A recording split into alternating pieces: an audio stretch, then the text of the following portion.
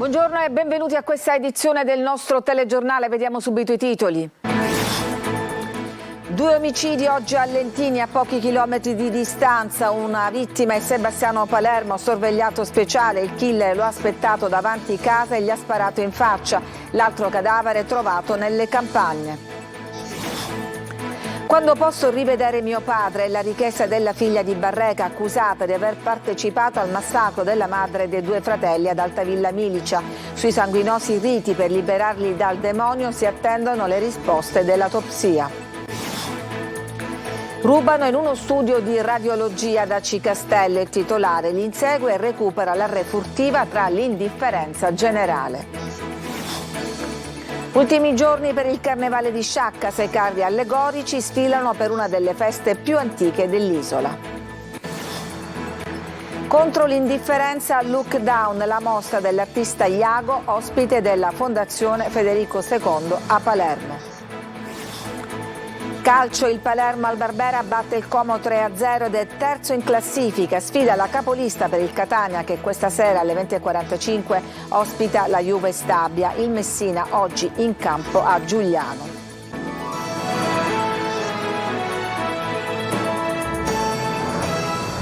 Dunque, come avete sentito dai titoli, ci sono stati 2 omicidi stamattina a Lentini. Una vittima è Sebastiano Palermo, un sorvegliato speciale. Il killer gli ha sparato in faccia sotto casa in via Novara nel quartiere San Paolo. Un altro cadavere è stato trovato nelle contrade di Campagna Saboci. La vittima sarebbe originaria di San Giovanni La Punta. Noi ci colleghiamo in diretta con Francesco Aloi che è appena arrivato a Lentini. Francesco, che dettagli ci sono?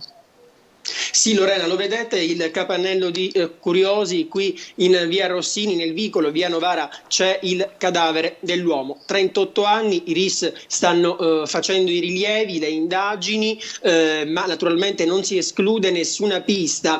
È certo che l'agguato è in pieno stile mafioso, i colpi di proiettile sul volto e poi poco fa, questo intorno alle 11, ma poco fa un altro deceduto, c'è stato però morte naturale, mi dicono in questo istante, quindi aggiornamento dell'ultimo minuto. L'omicidio perciò, ricapitolando, a Lentini in questa domenica di sangue sarebbe soltanto uno, quello in cui ci troviamo. In questo vicolo c'è davvero sgomento e naturalmente tanta paura perché c'è ancora il o i killer in fuga. Naturalmente le telecamere saranno forse fondamentali, oltre che le testimonianze di parenti, amici e testimoni per risolvere questo mistero, questo caso. Naturalmente i carabinieri stanno conducendo le indagini. Da qui, da Lentini, per il momento è tutto. Se non ci sono domande, la linea può tornare a Catania. A voi studio. Grazie Francesco, naturalmente chiedici la linea se ci saranno degli ulteriori aggiornamenti. Quando posso rivedere il papà è la richiesta della figlia di Barreca, accusata di aver partecipato attivamente al massacro della madre e dei 2 fratelli ad Altavilla Milicia per liberarli dal demonio. Sentiamo Tonino De Mana. Quando posso rivedere papà? Come se nulla fosse, la 17enne sopravvissuta alla mattanza di Altavilla Milicia continua a chiedere del padre Giovanni Barreca e lo fa dal carcere palermitano di Malaspina. Il suo è stato un racconto freddo ed agghiacciante. La figlia prediletta, risparmiata dal padre, non era altro che complice del padre stesso. È stata la ragazza, parlando prima con la psicologa della comunità per minori e poi con la procuratrice, ad ammettere di aver partecipato attivamente agli omicidi della madre e dei fratelli Kevin ed Emanuele, insieme a Giovanni Barreca e alla coppia arrestata, Sabrina Fina e Massimo Carandente. Era addormentata ed accanto a sé aveva i cellulari dei fratelli e della madre, probabilmente sottratti perché non chiedessero aiuto. L'adolescente ha confessato il ruolo avuto nei delitti, ammettendo di aver torturato insieme ai 3 indagati, tutti in carcere, i familiari e di aver contribuito a seppellire in giardino i resti carbonizzati della madre. Mentre madre e fratelli morivano, poi, la 17enne avrebbe scambiato decine di messaggi con con le amiche. Il rituale di purificazione dal diavolo della Salomone e del figlio piccolo, poi esteso anche a Kevin, sarebbe cominciato addirittura i primi di gennaio. Le autopsie già effettuate forniranno qualche altra risposta sui punti oscuri della mattanza di Altavilla, a cominciare dalla data esatta degli omicidi e delle cause dei decessi. Antonella Salomone sarebbe stata uccisa la notte tra l'8 e il 9 febbraio, poi sarebbe toccato ai ragazzini, soffocati ed incaprettati, probabilmente tra il 9 e il 10 febbraio. Orrore e lotta contro i demoni, un delirio mistico sfociato in un vero massacro inspiegabile quanto efferato. E adesso vi mostriamo le immagini di una tentata rapina avvenuta nel Catanese ad Aci Castello, finite come spesso accade nei social. Tutti assistono alla scena, c'è chi riprende con l'immancabile telefonino, ma nessuno interviene. Manuela Corsi. Tentano una rapina in un poliambulatorio, il colpo fallisce ma finisce in rete. Siamo in pieno giorno, 2 uomini hanno appena assalito uno studio di radiologia ad Aci Castello, nel Catanese, rubando l'incasso. In queste immagini amatoriali che vi mostriamo si vedono i 2 malviventi intenti a fuggire a bordo di uno scooter. Il passeggero perde l'equilibrio costringendo il complice alla guida a fermarsi. Nel frattempo i 2 vengono raggiunti dal padre del medico rapinato che dopo una breve colluttazione riesce a recuperare la refurtiva. Alcuni passanti assistono alla scena senza intervenire. Qualcuno riprende con il telefonino. Alla fine i 2 rapinatori un po' maldestri si danno alla fuga, mentre l'uomo gli urla. Bastardi! Bastardi! Bastardi! Il video, diventato subito virale sui social, ha fatto esplodere l'indignazione di molti utenti, sgomenti di fronte all'assenza di una reazione dei presenti che potevano fermare i rapinatori. Spacciava nel parcheggio di una parrocchia. I carabinieri di Catania hanno arrestato un pusher che vendeva le dosi di droga proprio accanto alla parrocchia di Santa Maria Sogliatrice e San Domenico Savio. A far scattare le indagini è stato il viavai di macchine anche in orari notturni. Quasi pronto il piano industriale che darà il via libera al salvataggio dell'AST, l'azienda di autotrasporti regionale. Ad annunciarlo è l'assessore regionale alle infrastrutture Alessandro Arricò. Sentiamo Maglio Viola. 10 giorni di tempo per approvare il nuovo piano industriale di AST e completare un percorso di salvataggio dell'azienda regionale, già avviato. Lo ha annunciato l'assessore alle infrastrutture e ai trasporti Alessandro Aricò, ospite della trasmissione Il Punto. Un piano articolato che non può fare a meno di un passaggio preventivo. Nella cosiddetta finanziaria bis che l'assessorato all'economia sta preparando, infatti, sono già previsti poco meno di 7 milioni di euro per parificare le perdite dell'azienda attualmente in grande difficoltà. Nel frattempo si preparano alle infrastrutture i bandi per il trasporto pubblico locale che riguarderanno tutte le compagnie che operano in Sicilia, sia i privati in concessione che l'AST, alla quale saranno demandate tutte le tratte sociali, quelle appetibili, veramente poco perché a basso traffico e dunque che saranno gestite a carico dei fondi regionali per garantire continuità territoriale. Il costo del nuovo bando varrà comprensivo di AST e delle linee che verranno assegnate ad AST circa 100 milioni di euro l'anno. Ci saranno circa 65 milioni di chilometri percorsi, quindi stiamo valutando se poterne fare rispetto agli attuali 62 o 65 milioni o 68 milioni, stiamo cercando di reperire risorse. All'interno di questo nuovo programma del trasporto pubblico locale verrà inserito AST con un nuovo piano industriale che stanno in queste giornate collazionando. Non solo salvataggio dell'azienda e affidamento di tratte precise, ma anche garanzie occupazionali per il personale che non verrà abbandonato, come conferma lo stesso assessore rispondendo alla domanda su cosa prevede il piano. Il rilancio dell'azienda con nuovi investimenti e la salvaguardia di tutto il personale attualmente presente all'interno dell'azienda siciliana. 2 settimane dunque, anche se i disagi dureranno un po' più a lungo, visto che per i fondi necessari a normalizzare il servizio bisognerà aspettare la finanziaria bis, ancora in preparazione e che poi dovrà affrontare lo scoglio d'aula. La questura di Siracusa lancia l'allarme. Negli ultimi giorni sono stati hackerati molti account WhatsApp e mette tutti in guardia. Francesco Aloi.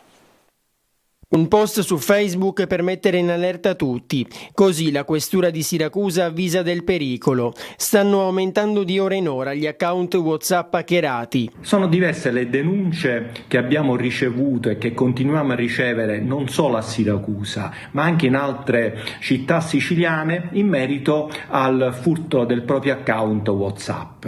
La metodologia è quasi sempre identica. La ricezione apparentemente proveniente da uno dei propri contatti sul proprio smartphone di un messaggio del tipo: ciao, ti ho inviato un codice per errore, potresti reinoltrarmelo. È stata una ragazza la prima a denunciare. Stava chattando con le amiche commentando il Festival di Sanremo quando le è arrivato un SMS da una di loro. La richiesta era condividere il codice su WhatsApp, ma in realtà a farla era stato un hacker. Un numero a 6 cifre che consente all'attaccante di appropriarsi del account WhatsApp della vittima. Impossessarsi di quanti più dati possibili è l'obiettivo dell'hacker. Solitamente il prendere possesso dei propri dati personali o magari compiere delle truffe ai danni dei contatti WhatsApp della vittima. L'importante comunque è fare molta attenzione. Prima di rispondere ad un messaggio, accertarsi sempre che il mittente sia quello vero. A Sciacca, nell'Agrigentino, ultimo giorno di uno dei carnevali più importanti d'Italia. Davide Sardo. Ultimo weekend di festa per il Carnevale di Sciacca, tra i più antichi e suggestivi d'Italia, annoverato tra i carnevali storici dal Ministero per i Beni e Attività Culturali. Ieri sera e oggi le ultime sfilate dei maestosi carri allegorici, unici nel loro genere, dotati di meccanismi che rendono movimenti ed espressioni estremamente naturali. Sono in tutto 6 carri allegorici in gara, realizzati in cartapesta, accompagnati da gruppi mascherati con costumi creati ad arte, musiche originali e copioni teatrali ogni anno diversi. I festeggiamenti erano iniziati martedì, posticipati causa maltempo, alla presenza del sindaco Fabio Termini, che ha accolto Peppe Nappa, la maschera ufficiale del Carnevale di Sciacca, con la cerimonia della consegna delle chiavi della città. Anche quest'anno la manifestazione si svolge sul lungomare di via Salvador Allende in contrada Perriera. Per l'ultima giornata è andato in scena al mattino il Carnevale dei Bambini. Poi nel pomeriggio e in serata le ultime sfilate, sul palco gli spettacoli, le recite e la cerimonia di premiazione dei carri vincitori. Migliaia le persone che anche quest'anno hanno invaso Sciacca per un rito collettivo che si rinnova dalla fine dell'Ottocento e da sempre coinvolge adulti e bambini, in strada tutti con maschere, parrucche e costumi realizzati da sarti o fatti in casa. Ci fermiamo, c'è una pausa per la pubblicità, torniamo tra pochissimo.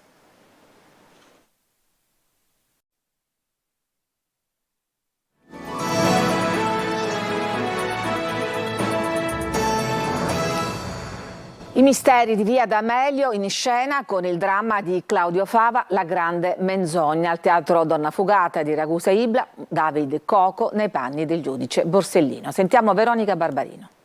I fatti e i misteri legati al depistaggio delle indagini sulla strage di Via D'Amelio, nella quale persero la vita il giudice Paolo Borsellino e 5 agenti della scorta, né La grande menzogna, il racconto drammaturgico scritto e diretto da Claudio Fava e interpretato da un intenso David Coco. In maniera diretta, asciutta e cruda, dal palco il giudice Borsellino riepiloga con il divertito distacco di chi non c'è più l'infinito groviglio di menzogne che sono state orchestrate dopo la sua morte. Una sorta di accuse da parte di un Borsellino ormai morto, appunto ammazzato, che addita tutti quelli che hanno permesso il più clamoroso depistaggio che la Repubblica Italiana abbia mai subito. Cerca di comunicare tutti quei passaggi che spesso non sono così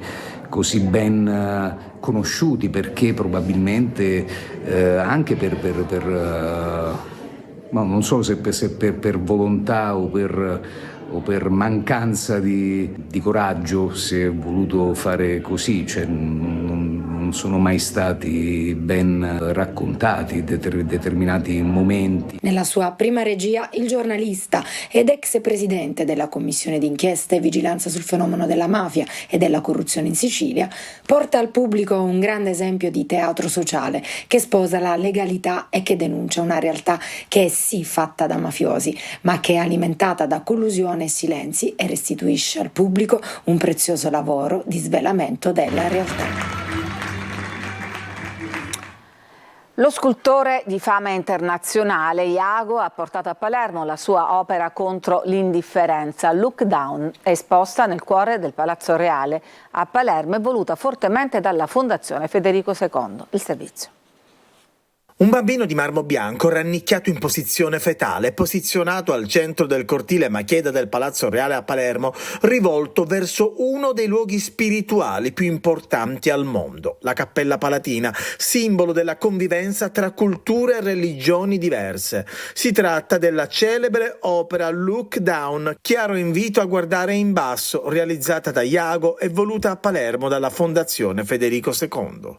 La dignità di un essere umano che indica ed è simbolo della fragilità, che raccoglie su se stesso tutta l'umanità e implora una assenza di indifferenza. Mi piace dirlo così. Questa è la scultura di Iago Look Down qui a Palazzo Reale, dove il tema dell'umanità è esercitato da secoli. Lo scultore italiano Iago, considerato uno dei più grandi artisti del panorama nazionale e internazionale, si è visibilmente commosso durante lo svelamento dell'opera. Look Down rimarrà esposta fino al 3 giugno prossimo. Emozioni, sono travolto. Sto lì che adesso cerco di surfare. No, invece prima ero sommerso da questo fiume in piena e adesso ho tirato la testa fuori, fra un po' mi metterò un po' a riva per riposarmi, poi rinizierò a surfare e poi spero di diventare bravo a surfare, perché credo che qui insomma di emozioni ce ne saranno tante, quindi o surfi o ti lasci travolgere. Io sono uno che gli piace surfare. L'opera fornisce uno specchio contemporaneo attraverso il quale i visitatori possono elaborare le sfide dei giorni nostri. Ci fermiamo, c'è ancora una pausa e poi una ricca pagina sportiva. Tra poco.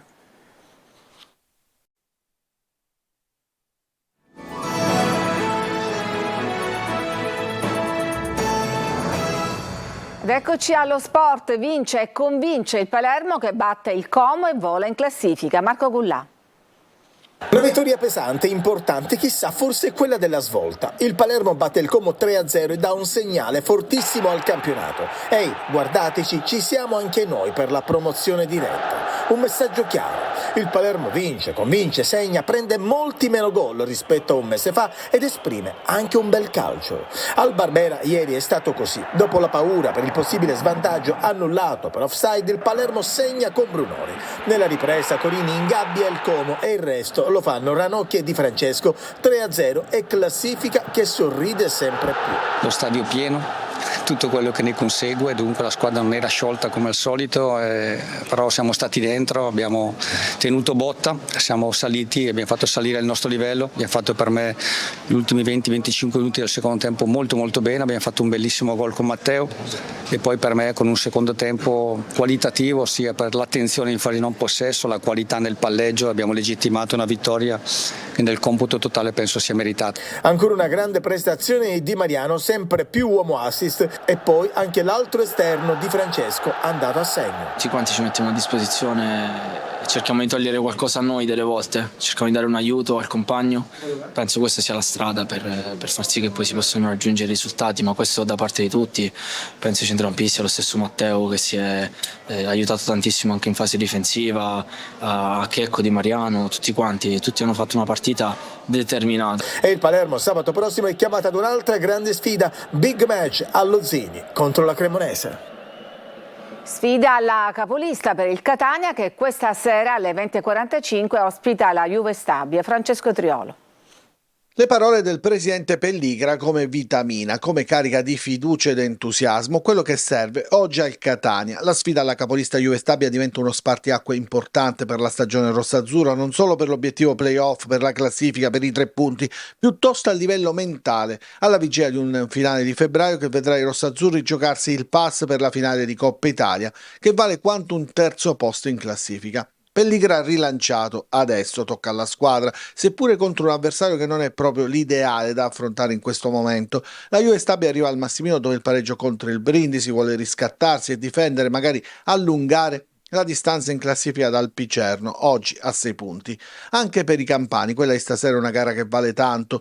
Dalla parte di Lucarelli e dei suoi ragazzi c'è la spinta del pubblico, rinfrancato dalle parole di Pelligra e pronto ancora una volta a dare una mano ai rossazzurri. La squadra arriva al confronto contro la capolista dopo giorni difficili da gestire perché l'influenza ha falcidiato giocatori e staff e fino all'ultimo i responsabili medici saranno al lavoro per rimettere in piedi quanti più giocatori è possibile. La Pisarda è indisponibile a causa del risentimento muscolare che lo ha costretto a lasciare il campo anzitempo a Latina. Sturaro è squalificato. Nell'elenco dei convocati c'è Zammarini, uno dei più attesi è Di Carmine, ex del match con le Vespe, 67 presenze tra B e C, dovrebbe giocare lui al centro dell'attacco con Chirico, Cicerelli e Averi alle spalle. A centrocampo dovrebbero vedersi Welbeck e Teio, mentre in difesa la linea a 4 dovrebbe essere composta da Bois, Curado, Contec e Castellini davanti a Bertoni. La Juve Stabia, che in trasferta ha conquistato 26 punti, meglio ha fatto solo l'Avellino con 28, non cambierà modulo. Il 4-3-3 è il marchio di fabbrica di Guido Pagliuca e della capolista che ha in adorante quel riferimento offensivo pescato nel mercato di gennaio che mancava e che ha completato il mosaico. È lui il pericolo numero 1, ma attenzione anche a Piovane l'Episcopo, oltre alle incursioni di Bellic, centrale difensivo, col vizio del gol. Insomma, una squadra che non consente cali di attenzione. Calcio inizia alle 20:45, anche la gara con la Juve Stabia sarà seguita da Telecolor, collegamenti live dallo stadio e commenti da studio. Alla fine le dichiarazioni dei protagonisti che diventeranno ancora più importanti, visto il silenzio degli ultimi giorni. Ancora un avversario campano per il Messina che oggi pomeriggio gioca a Giugliano. Sergio Colosi. La conferma di Dumbravano al centro della difesa, il rientro dopo 2 giornate di Rosafio e la presenza in attacco di Plescia, tornato al gol dopo 4 mesi, sono le 3 scelte del Messina nella sfida di oggi, con inizio alle 18:30 al De Cristofaro contro il Giugliano, che a quota 36 ha una lunghezza di vantaggio sui giallorossi. A guardare la classifica del girone di ritorno, la squadra peloritana è capolista con 16 punti in 7 gare, sintesi di una crescita esponenziale che ha cambiato le prospettive stagionali. Si gioca contro i campani con un duplice obiettivo: chiudere al più presto il discorso salvezza e sperare nella qualificazione ai play-off. Modica non può disporre degli squalificati Ragusa e Salvo e di Pacciardi in fase di recupero e fuori dalla lista dei 22 convocati. 4-2-3-1 con Fumagalli in porta, in difesa Dumbravano e Manetta al centro, con Lie e Ortisi ai lati. A centrocampo Franco e Frisenna, più avanti Rosafio a destra e Mausso sotto punta e Zunna a sinistra, con Plescia in attacco. Precedenti in perfetta parità. In Campania per il Messina una vittoria, una sconfitta e 2 pareggi. Dirige Francesco De Usanio della sezione di Faenza. Prima di chiudere ci colleghiamo ancora con Francesco Aloi che si trova a Lentini dove stamattina c'è stato un omicidio. Francesco. Sì Lorena, qui si respira sgomento, c'è silenzio, i residenti non vogliono parlare se non senza farsi vedere in volto. Quello che abbiamo scoperto, la novità aggiornamento è che Sebastiano Palermo lascia 2 figli, ma non abbiamo nessun'altra notizia. I carabinieri hanno le bocche cucite, loro stanno conducendo le indagini. Adesso un istante vi portiamo vicino in via Novara, a questo vicolo di via Rossini, siamo a Lentini, lo ricordiamo, e vedete qui gli investigatori che ancora stanno uscendo e vedete lì le tute bianche del RIS. Insomma, si indaga a 360 gradi per scoprire chi è il killer, chi è che ha fatto finire in tragedia una domenica del 38enne Sebastiano Palermo. Per il momento da Lentini è tutto, la linea può ritornare a studio a Catania. A voi. Grazie Francesco Aloi, era davvero l'ultima notizia, grazie per averci seguito, a tutti una buona domenica.